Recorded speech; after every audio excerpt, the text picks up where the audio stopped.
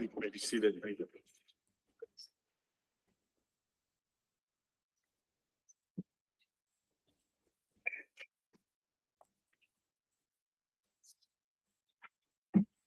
Good morning. We're here in matter of S-1-SC-40395, State versus Kindred. And with petitioner, Mr. Hart, you have 25 minutes. Thank you, Your Honor. May it please the court. Breon Kindred asked this court to vacate his conviction for first-degree murder and remand the case for a new trial for three reasons. First, that the district court committed reversible error when it refused to instruct the jury on the doctrine of imperfect self-defense. Second, that the district court abused its discretion in allowing into evidence lyrics from a rap song and music video, which he had published, as well as the audio of a Facebook Live video that included the use of the N-word. And third, that the district court abused its discretion when it failed to grant a mistrial when the prosecutor misused the reasonable doubt standard during voir dire. To start with the imperfect self-defense instruction, this court has previously held in a beta that there is the doctrine recognized under New Mexico law of imperfect self-defense. What the court has subsequently held, however, and the Court of Appeals has applied, is that imperfect self-defense is not an affirmative defense, and therefore the jury, a defendant in an imperfect self-defense claim, is not entitled to an instruction because that instruction comes by way of involuntary manslaughter. What Mr. Kindred asks in this case is that when we look at the evolving law of self-defense, and as self-defense becomes more complicated based on not only this court's case law, but other states around the country have recognized this, that the current definition of sufficient provocation that the courts have relied on in the past is just not a sufficient instruction that encapsulates this theory, the legal doctrine of imperfect self-defense. Step backwards. Sure. Mr. Hart. Defendant here was found guilty of first-degree murder, willful and deliberate. Imperfect self-defense could only serve to mitigate second-degree murder.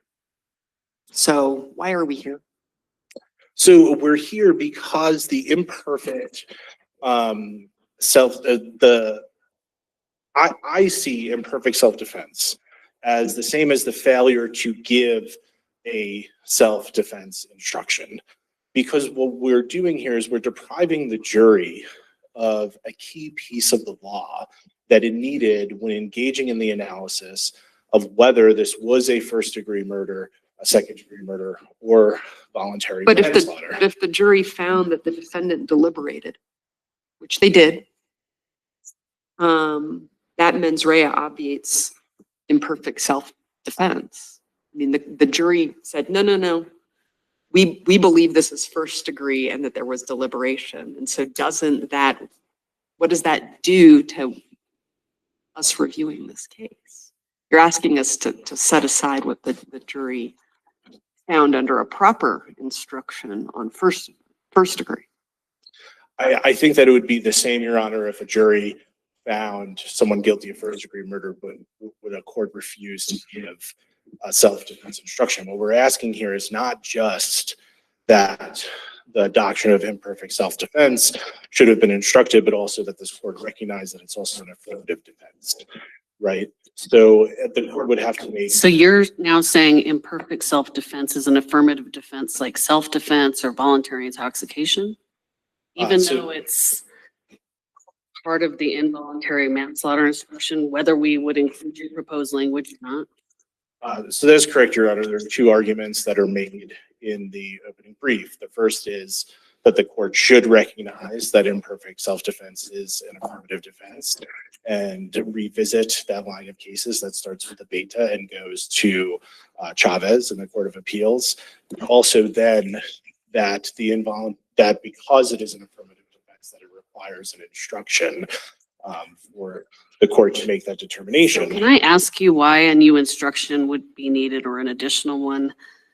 under the UJI, sufficient provocation deals with, it specifically mentions any action, conduct, or circumstances which arouse fear, terror, or other extreme emotions. And then it goes on and on. Why wouldn't those specific words address the imperfect self-defense instruction? Why do we need to add additional language or create a new instruction?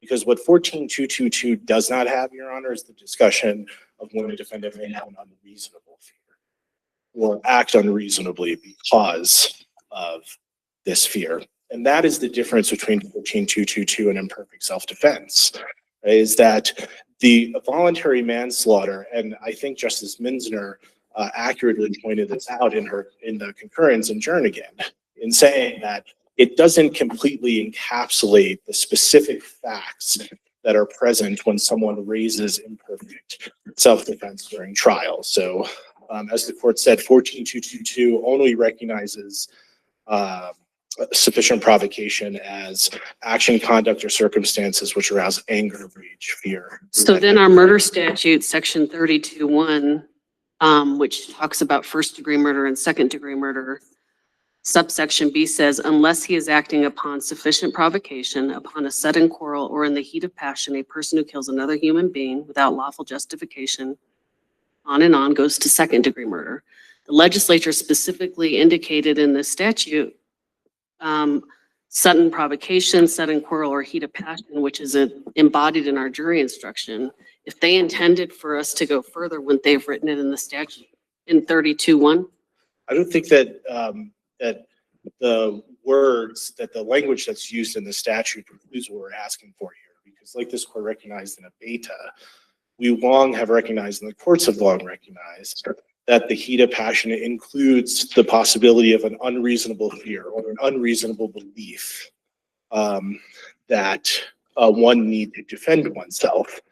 And recognizing that doctrine without giving a defendant any way to use it specifically in a case like this, right, where I think the facts and circumstances in this case are unique, right? The argument and the facts that underlie the claim that Mr. Kindred made before the district court was this previous knowledge, these previous experiences of this man bragging about being in shootouts before, engaging in shootouts, always carrying a firearm, being quick to draw a firearm. That's different than the typical provocation in a voluntary manslaughter case, where we're looking for some type of action that's contemporaneous or, has some type of connection to there. I mean, these are two, for all intents and purposes, strangers, right, who they had this one interaction at a music video shoot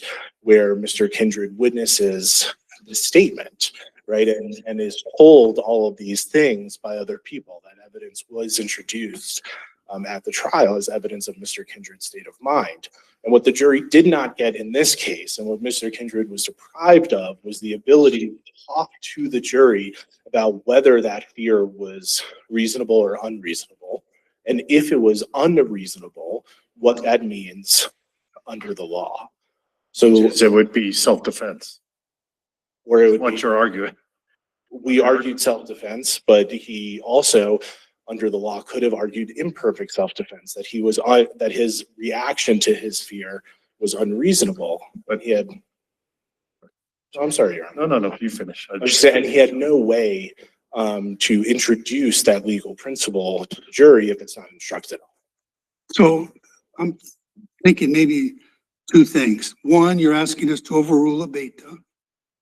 Two, you're asking us to say that you get an imperfect self-defense instruction, which in the facts of this case would translate into a perfect self-defense instruction. You're equating imperfect self-defense with self-defense, if I'm understanding your argument.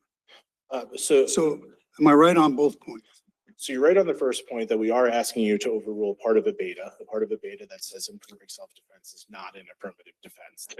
I think on the second point, that's not what we're asking, because perfect self-defense would result in an acquittal. The affirmative defense there doesn't result in a lesser conviction. What imperfect self-defense results in is that it is a different at least under a beta, a different definition of sufficient provocation. This is what Justice Minsner's concurrence in Jernigan talked about, is that the sufficient provocation definition doesn't neatly fit within the doctrinal definition of imperfect self-defense. So the argument would be to the jury is that it was self-defense. But if you find that his fear was unreasonable or that he acted with excessive force because of that fear, then those things are, the jury would be instructed, are sufficient for you to find provocation in a case. And that's what the jury. And which results in an acquittal. No, it results in a involuntary manslaughter. Involuntary. It's voluntary manslaughter. So you're basically wanting us to provide the alternative of sufficient provocation or imperfect self-defense, Yeah, and I was thinking a lot about this when. right? How does that like play out in the? Yeah, we did our best at trial to kind of formulate some type of instruction here, but I was thinking prior today, and there are other ways to do it, such as, having an alternative definition that goes in the voluntary manslaughter instruction, that makes clear when the facts are present that also an unreasonable fear or excessive force, excessive response to fear in a self-defense case can also be sufficient provocation. So we're not asking that the court ignore the statutory definition of sufficient provocation. We're asking that the court's definition of imperfect self-defense, which is an additional way Mhm. that provocation can be shown, that a jury be instructed on. So I'm looking at State v. Chavez, paragraph 13, which you cite in your briefing. And it talks about to prevail on a claim of imperfect self-defense and reduce the gravity of the offense from second-degree murder to voluntary manslaughter. The accused's reaction to the fear of death or great bodily harm, though unreasonable, must be a result of sufficient provocation. Is that basically what you're asking for? Or are you saying even if, it seems to me you're saying if you have elements 1 and 2, you get involuntary manslaughter because you don't have element 3, otherwise you'd be acquitted under self-defense. I'm going a little bit further than Chavez, because what Chavez is really a picture perfect beta case where the court found that there wasn't sufficient facts to even give a voluntary manslaughter definition, right? And the Court of Appeals said, no, when we apply a beta here, imperfect self-defense is one way that you could get voluntary manslaughter instruction. We're asking the court here to go a step further and recognize that imperfect self-defense can be an affirmative defense, right, to murder. And in doing so, that the jury has to be instructed on that actual doctrine. Okay. So there would be no requirement of sufficient provocation in your proposed affirmative defense. I think that the court in a beta uses the word provocation.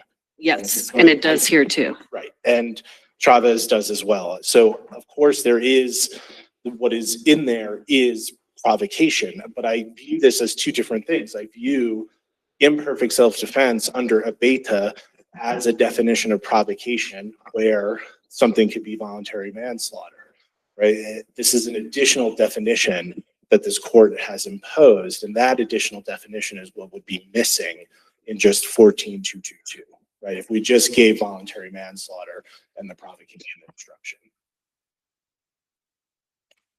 To move on to the evidentiary issues here, Your Honor. So let me see if I'm understanding. So you're saying that provocation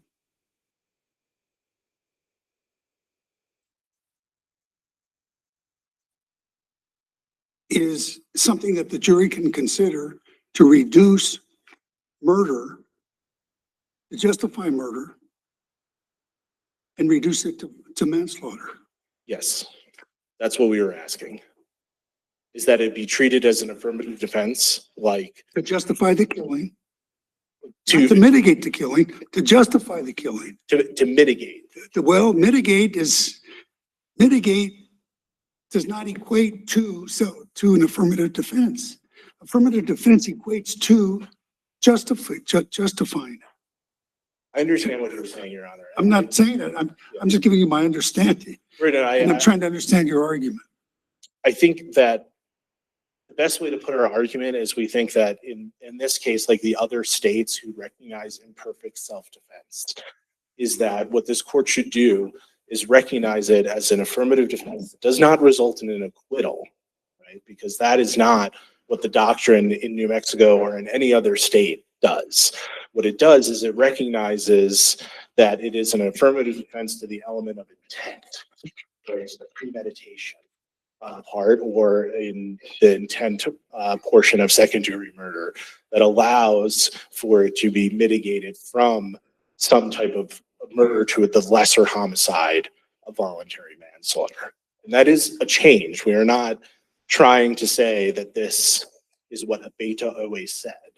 Right? We are asking this court to conform its law with the other states. But getting back to Justice Bacon's question, if the jury believes factually that you committed an imperfect self-defense, that results in an acquittal. No. I mean, I'm sorry. Let me think this thing through.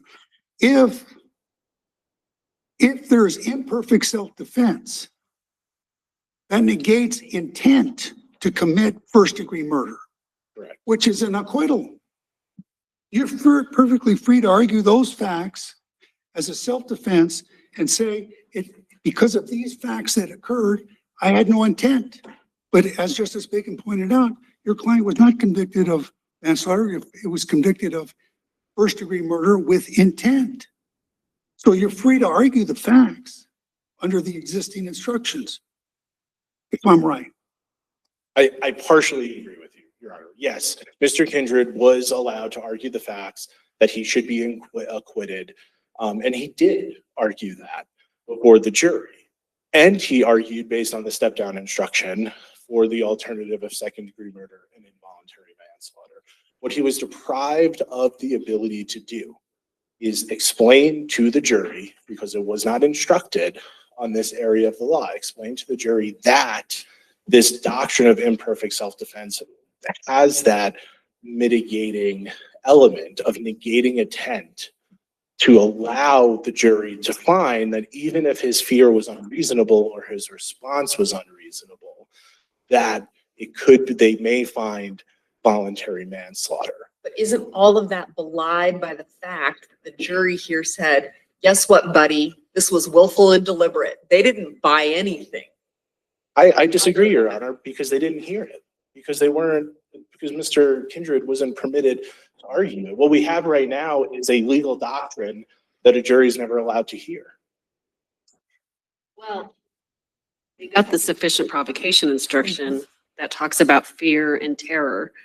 And certainly it was well within defense counsel's purview to argue to the jury, well, both self-defense and why he could have argued imperfect self-defense under our existing jury instruction. Would you agree to the jury? I don't agree, Your Honor. Because Okay, tell me why. because what imperfect self-defense is that 14222 is not, is the discussion of unreasonable fear and the discussion of, even if you thought his fear was reasonable, was his response appropriate? So what the self-defense instruction says is that the fear has to be reasonable and the response has to be appropriate. It has to be related to the fear. The jury never gets that instruction under 14222. There's no way for a defendant in this case to come in and say, what the law says is that if you think that he acted unreasonably, given his fear, that may also be voluntary manslaughter.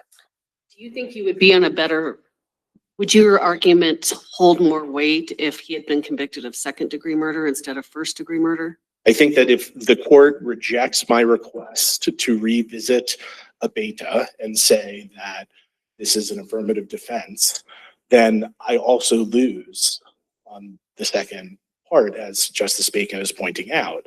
In order for us to win, in order for us to say that the jury should have been instructed, the court also has to recognize this as an affirmative defense and not just as a legal alternative, to provocation. Because the way a beta is that, a second degree murder can become voluntary manslaughter because this may be provocation. We're asking this court to go one step further as it relates to a beta. If the court rejects that request, which I think is in the second part of this section in our opening brief, then I agree, then the court's decision should be that the jury doesn't get instructed on it. It has to also find that it's an affirmative defense.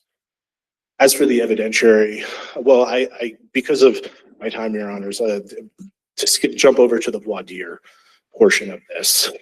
So during voir dire in this case, the state engaged in a colloquy with the veneer where it talked about the to use this campfire analogy.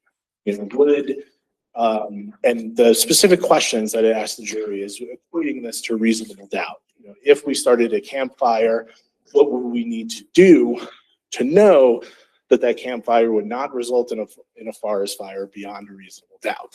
And it took all of these examples that it used, from having the fire department come out, to bringing water, to making it, certain ways. What it did was it took this reasonable doubt standard that this court so vigorously protects, and it analogized it to these everyday activities in a matter which we think runs afoul of Montoya.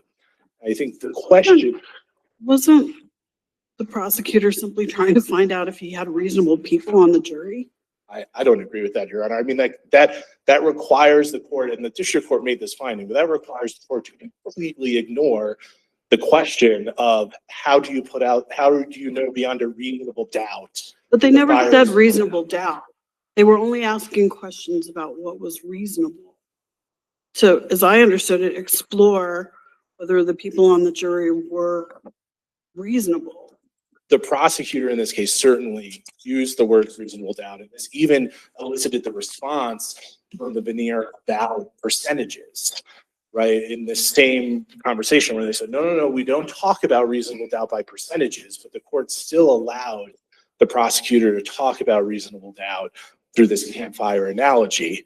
And yes, the one question says reasonable and not reasonable doubt, but right before it, right after it, and throughout this entire instruction, this entire colloquy that he's having with the jury, it's very clear that what the prosecutor is talking about to the state is reasonable doubt. That's so egregious. Why was there no objection? So what Mr. Kindred made the strategic decision to do was to not draw more attention to this and to All you ask. do is approach the bench.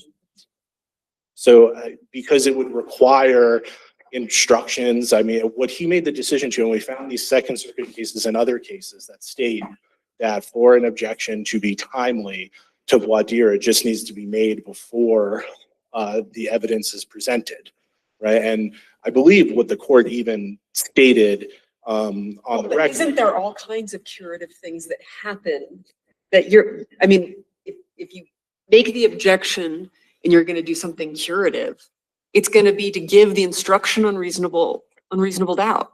And the jury is instructed by the judge multiple times on reasonable doubt. So isn't that what's curative in and of itself? I think that would require this court to deviate from Montoya. The jury is always instructed multiple times by the court on reasonable doubt. In every trial, it is mandatory. But if a defense attorney stands up in closing argument, he is prohibited, or she is prohibited from making these arguments to the jury. And it is potentially, depending on what is said, a ground for a mistrial. The jury is instructed. Closing argument. Very different than I don't agree that it's different, Your Honor, because there's also both have shared this one thing of primacy, right? This is the very first thing that the jury sees. This is the very first time that the jury has these conversations, and it's actually before the court instruction. The court doesn't instruct it on reasonable doubt until much later on in the case, where at least when there is a closing argument, the ability to influence the jury there is at least immediately mitigated by a definition of reasonable doubt. But the primacy of the two, I think, is what this court recognizes in Montoya and why it should extend to voir dire is because any time that we deviate from this standard, any time that it is improperly discussed with the jury, we run the risk of the most crucial part of a criminal trial, the most crucial protection under due process, being undermined. Is there any chance the state was discussing that in the context is it reasonable to fatally injure someone that stole your moped or e-bike or whatever it was? Reading the record, I know you want to tie it to reasonable doubt standard, but to Justice Vargas's question, could they equally been inquiring about what a jury finds reasonable? And may I answer? So I think there are two responses to that. The first is you could take the prosecutor's words for it. In the argument over the mistrial motion, he said that I have in many trials used this explanation of reasonable doubt to ask the jury about whether, about its understanding of reasonable doubt. The other is I think there's a difference between saying to the jury, taking a factual statement from the case and testing to the jury, would you still be fair? Would you be able to make a decision knowing this fact? Would you be able, to, give, to follow the instructions of the court, which is something that we all do with the facts of the case, versus having a conversation and giving a definition, of reasonable doubt that directly conflicts with this court's rulings and the UJI. All right, thank you, Counsel. Thank you, Your Honor. All right, hear from the state.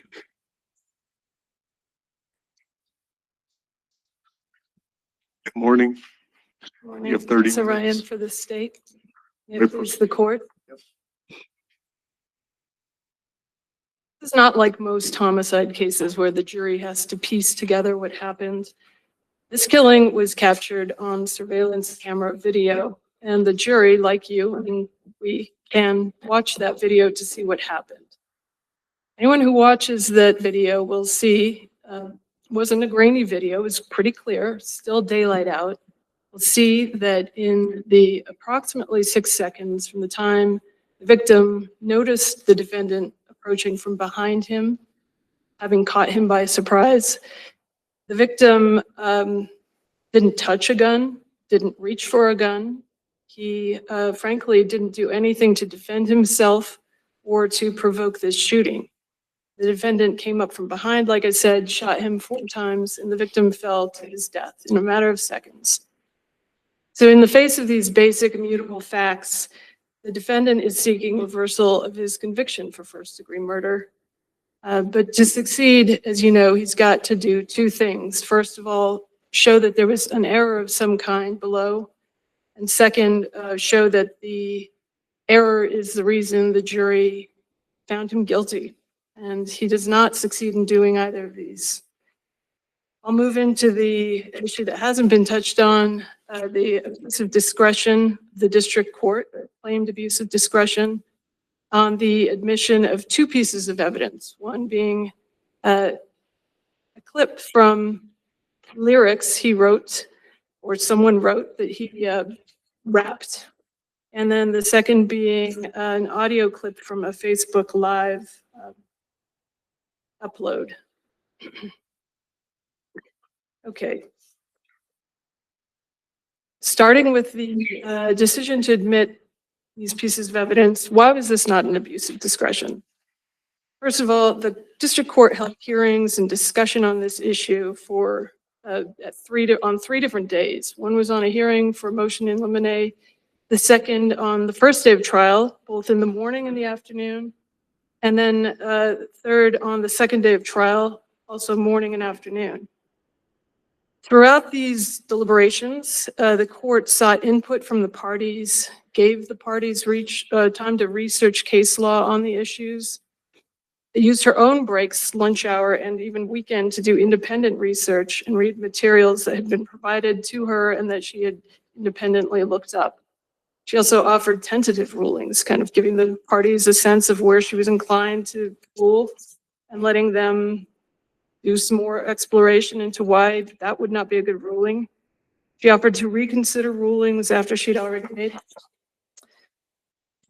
Another reason why this was not an abuse of discretion, the vast majority of both of these items were excluded.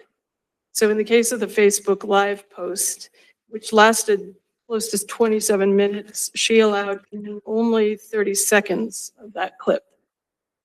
In the case of the lyrics, she struck the audio entirely and the video entirely. She said that only statements would be appropriate here.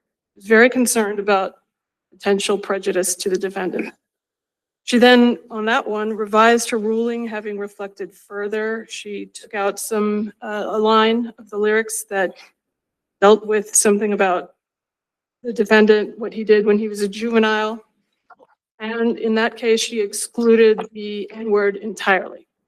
She said that it could be inflammatory when characterized through someone else. Another reason this wasn't an abuse of discretion, several times she expressed the desire to get this right.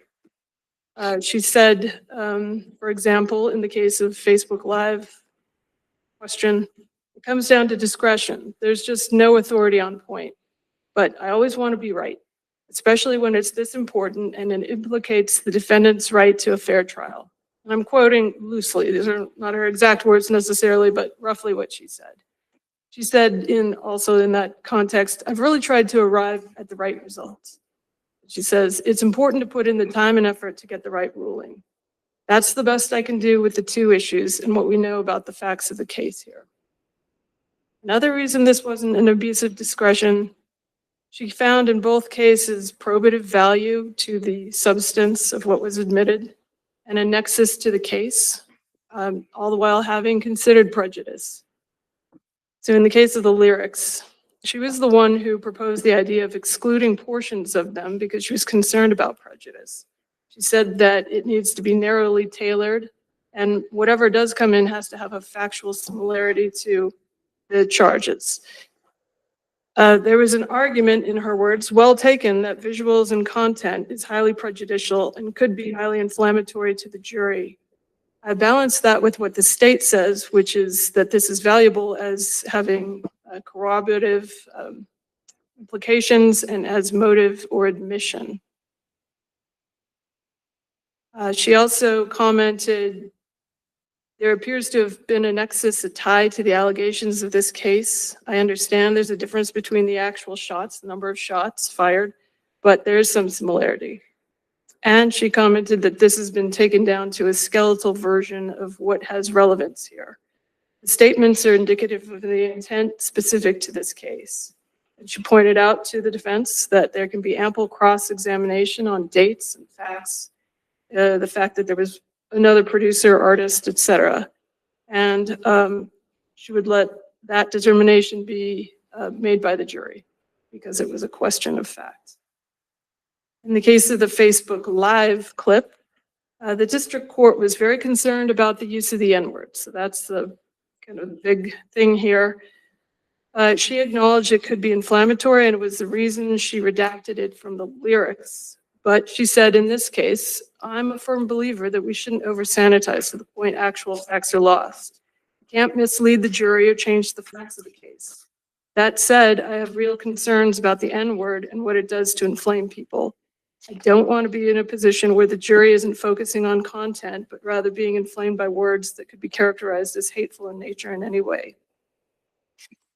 So the question is, why did she keep that word in on the Facebook Live clip? Basically boils down to three reasons. The first being her recognition that based in part on the authority the defense had provided, there was a distinction between saying this word using the hard R and saying it as more colloquially in the case of the soft R. The first one being a racial epithet.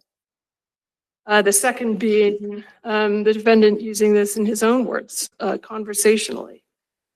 She points out there's a difference between telling the jury it was the colloquial use of the soft R and N-word and the hard R N-word. I don't want to tell the jury he's saying something he isn't. What was helpful was two cases provided by the parties. They had given her some cases to review. One of them discusses the difference between, as I just pointed out, the racial epithet when it's used as hate speech, which is very prejudicial, and when it's not used as a racial epithet, instead as a colloquial pronoun, kind of like word dude, used to define a person. There's a big distinction. Words not used as an epithet here because it's being used by the defendant to refer to himself. To somehow limit the jury's understanding gives me concern that we'd be creating even more prejudice. She pointed out that this is more like a podcast. It's the defendant's thoughts and words. And she saw a difference between dealing with the rap video, which, arguably gave the jury ideas about the type of person the defendant was, versus this, which was akin to a podcast. In this case, he was not referring to himself as a rap artist. A second reason for this being, relevant and coming in, or, actually having less prejudicial value than claimed, is that to redact would have potentially been more prejudicial than to not redact. It would require the jury to speculate about what was being said. And if the jury was simply told that it was the N-word, they might have thought it was the hard R, not the soft R version of that word. So she did, in a concession of sorts, offer to redact and spell out the word, but the defense rejected that offer. Third reason is that there would have been possible confusion and need for fact-finding if the word was redacted. So she says, it's always concerning. I don't want that word in the courtroom. I don't want something inflaming the jury. But when I look at the construction of that paragraph, the word is used interchangeably to refer to various individuals. It becomes something left to the finder of fact about who he's referring to. I don't want to get into a position where I'm making a determination about the facts. She pointed out that the defendant was using this word to refer to potentially 3 individuals, like I said, himself being one, neighbors on the street or other people, third party being another, and the person who stole his bike as a third. And she points out that the language is extremely important. So to anyone's, if you have a question about why did she not do what she did in the first case, simply have the detective read the words spoken by the defendant as opposed to letting this play as a clip for the jury. She said that the audio has evidentiary value. There's no reason to limit it. She thought it was less prejudicial to hear the actual terminology because it's very clear, and he's not using the word as a racial epithet. On the subject of why this came in, what probative value did it have? Deliberate intent, as you know, was an issue. Murder in the first degree was charged, as was second degree. It helped establish the defendant's intent in committing this killing. And that was a question the jury had to decide. They were relevant, these particular statements, because the bike was stolen and it was about someone being in fear, being around him. And that is, she said, relevant to this case. She found that it was relevant. As you know, I don't have to tell you this, but I will remind you that the abuse of discretion standard, which is what we are looking at here, is highly deferential to the district court's ruling. It would have to be clearly against the logic and effect of the facts and circumstances of this case. And I hope I've impressed on you the fact that the district court here did not take this ruling lightly. She gave it a thorough consideration, a lot of deliberation on the subject. She didn't make her ruling rashly or impulsively. It was well considered. She was being very conscientious. The determination is fact sensitive, so that's another reason there's more deference given to the district court to fairly weigh the probative value against the probable dangers. And lastly, just as a reminder, when there are reasons both supporting and detracting from a trial court decision, there is no abuse of discretion. In case you were to find that this was somehow error, I would urge you to look at the fact that it would be harmless error. This really can't realistically have affected the verdict. You take well, back to the first point I started with, the fact that this murder was captured on video and the jury found that the defendant had committed first degree murder. It's quite clear that, that is the reason they found the defendant guilty, not because of any prejudice they might have held or any passions that were enlivened because these lyrics in this clip came in. I will quickly touch on the issue of reasonable, the prosecutor's use of the word reasonable during voir dire. Just to say that the reason the court did not grant the mistrial, which again is subject to the abuse of discretion standard, I'll give you those reasons. She observed there was no objection from the defendant until well after questioning was over, and she said that if it had been a timely objection, she would have talked about it. She also pointed out that the state was not quantifying the standard, not putting numbers to what is a reasonable doubt or the likelihood that something happened, but was simply asking the jurors what they thought reasonable doubt was. And then the prosecutor transitioned onto another subject. Ultimately, she said the state didn't provide a definition contrary to law or an example that would misstate the law. This too, however, was, as you've, I think, observed, harmless because there was really no way the jury was confused as to what standard actually controlled. This happened during voir dire at the very beginning. And at the end of trial, the court read the UJI definition of beyond a reasonable doubt, the standard. State also read the uniform jury definition. So the jury heard it twice from the court and the state. And in addition, the jury was given the written definition of that standard. At harmless error, are we looking at fundamental error? Because if the objection is untimely such that the court was not given an opportunity to rule on it, really becomes a preservation issue. And if it's a preservation issue, isn't it fundamental error as opposed to harmless error?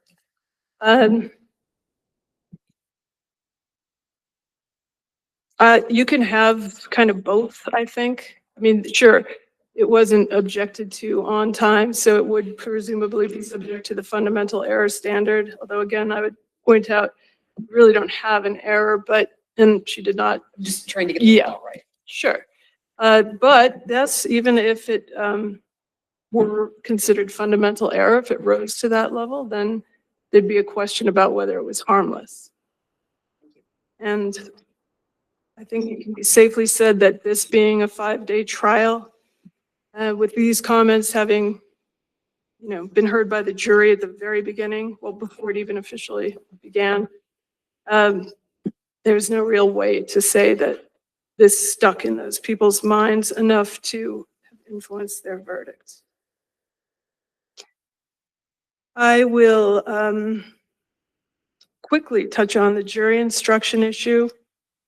Just to point out, I think, the simple way to approach this, which I think you've recognized to some extent at least, if not completely, is that we have a beta saying that since 1917, imperfect self-defense has been adequately covered under our jury instructions on manslaughter.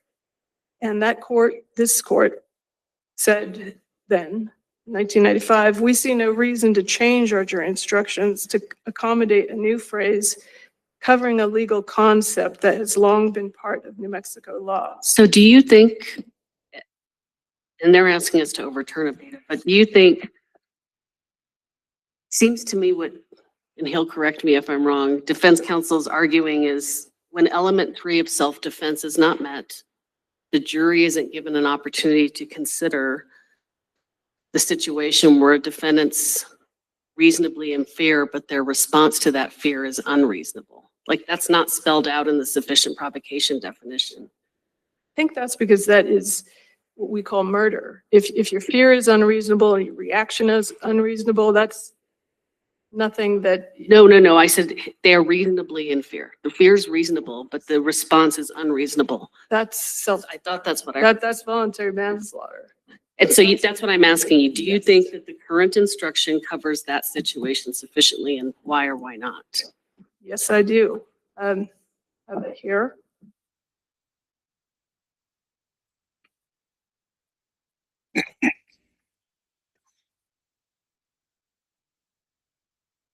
Okay, so the instruction says, we've got someone killing the victim. The defendant knew his acts created a strong probability of death or great bodily harm. I don't think that's what we're talking about. The third element is that the defendant acted as a result of sufficient provocation. Sufficient provocation is defined as having, let's see, can be any action, conduct, or circumstance which arouse anger, rage, fear, sudden resentment, etc., extreme emotions. The provocation must be such as would affect the ability to reason and to cause a temporary loss of self-control in an ordinary person of average disposition. So that's somebody who is not unreasonable. And when that provocation causes the killer to react and commit murder,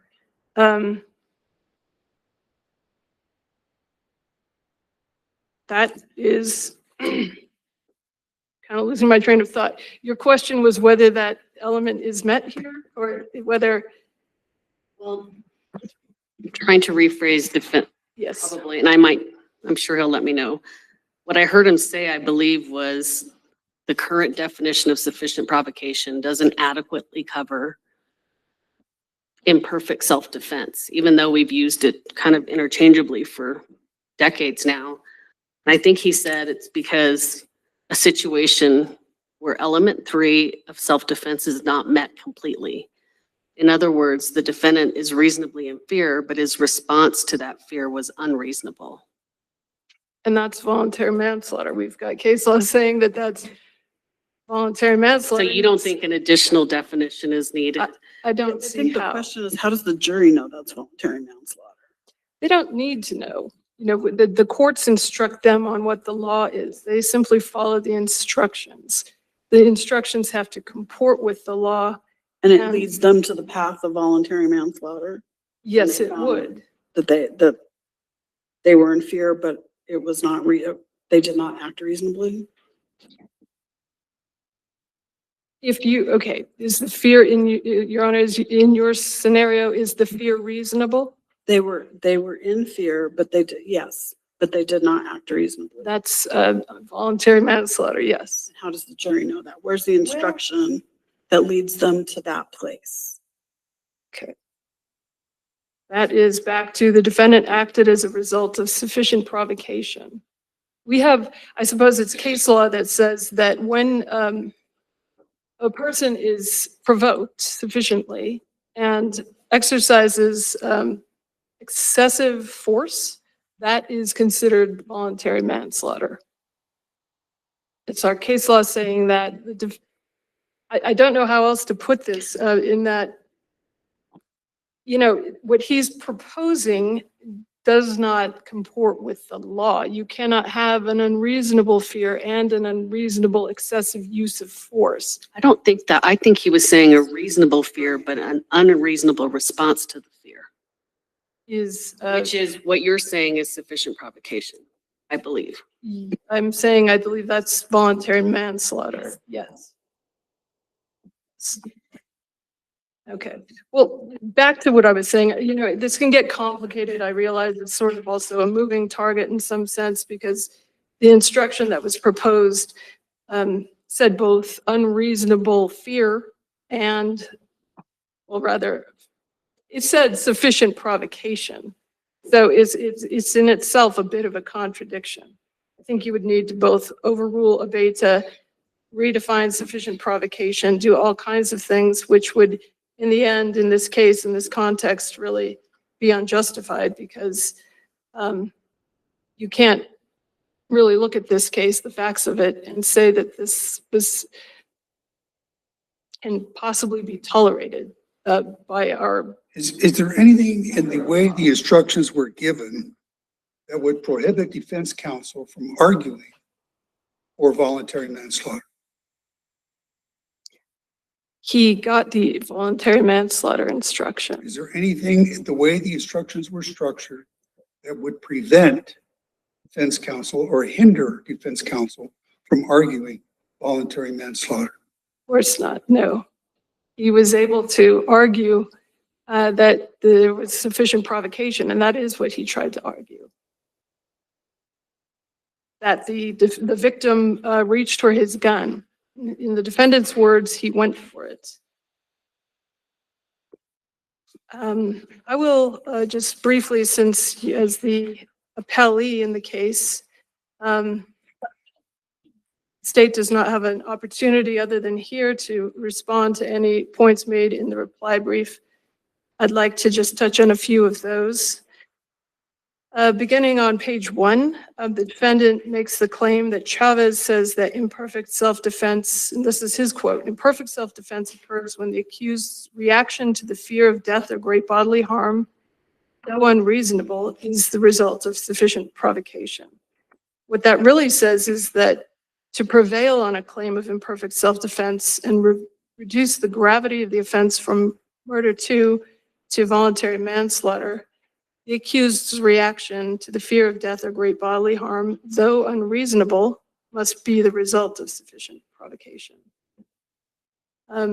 Moving on to page 2, Jernigan, which was brought up earlier, I would like to point out that there's a lot of reliance in this by defense counsel on this dissent by Justice Minsner. What she was dissenting to was that in that case, the Supreme Court held that an attempted voluntary manslaughter instruction should have been given. So the case was reversed for that reason. She disagreed. It should not have been given.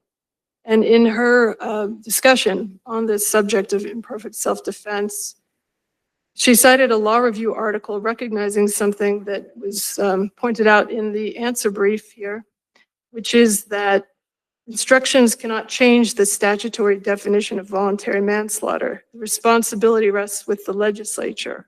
The homicide law in New Mexico should be revised to resolve the contradiction in the murder-manslaughter scheme. So even she is recognizing indirectly, but she is, that what would need to happen for this to change somehow is for the legislature to weigh in. Again, this isn't about what other states do and say. This is New Mexico, and this court is bound by the statutes our legislature has created, the defenses, the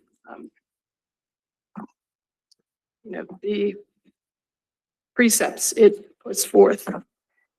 On page 4, the claim going to the relevance of the lyrics is that there is no evidence that Mr. Kindred knew that King had stolen a bike before he saw King with it and announced a plan to kill King through those lyrics.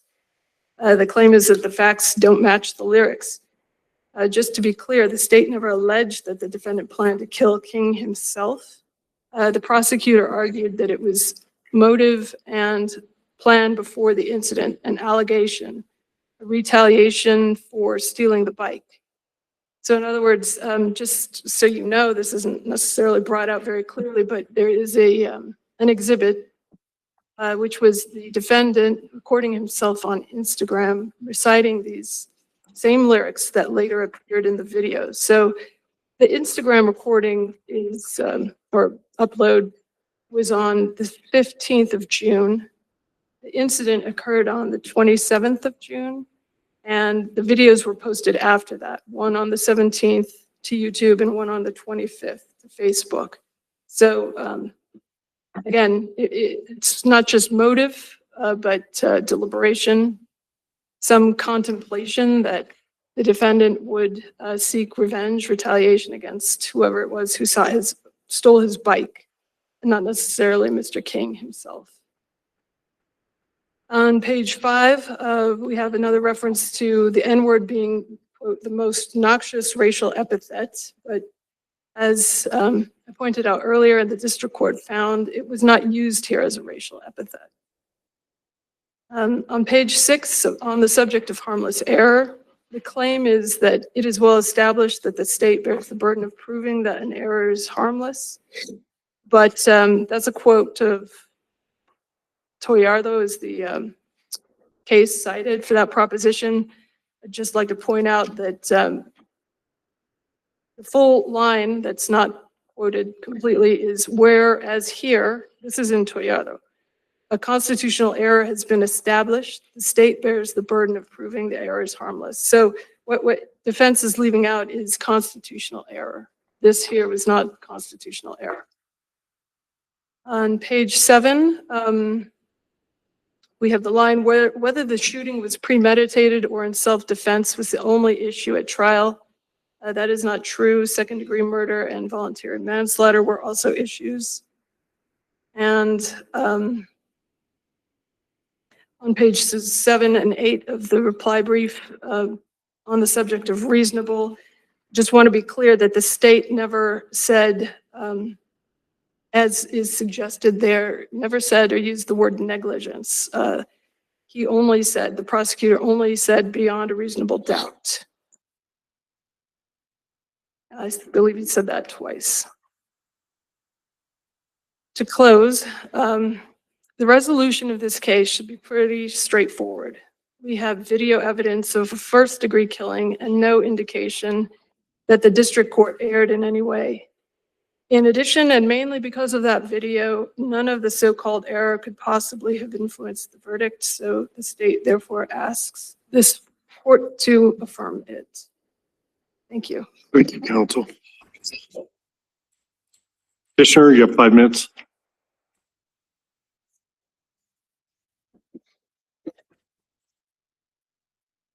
Thank you, Your Honor. To start with where the state left off as far as the voir dire, the argument is not that the prosecutor used the word negligence or discussed negligence. The argument here is that the only standard that occurs in these cases is beyond a reasonable doubt.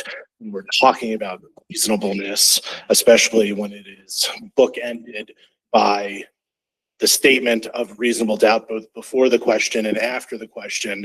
We're not talking about whether a person is a reasonable person. We're talking about reasonable doubt. There is no other standard in this case. For the imperfect self-defense, Justice Zamora, you are correctly stating my position, which is that the statutory definition that we have here and the definition that the jury is instructed on of sufficient provocation does not include any language to allow the jury to determine what happens if there is a reasonable fear, but an unreasonable response. And that is what our proposed jury instruction at least attempted to do, where we stated, if you find that there was an appearance of an immediate danger of death or great bodily harm, but find that Mr. Kindred did not act as a reasonable person in the same circumstances would have reacted, then you may find that there was imperfect self-defense. What was your client's reasonable fear? So Because I'm pointing this out because you have cited a reference to the record in your statement of the facts. So I don't know what you're relying on to say that he had a reasonable fear. I'm sorry, Your Honor. We did what we talked about in the statement of facts, and what was the reasonable fear at trial was that prior to encountering Mr. King on that night, he had overheard. He thought he was a bad dude. That's what you're saying was the reasonable fear. It's more than just he thought he was a bad dude. He heard Mr. King talk about the fact that he has engaged in shootouts and, you know, he shoots first and that he had bullets still inside of him, which ended up being true by the evidence. So there is some corroboration of that statement. And also Mr.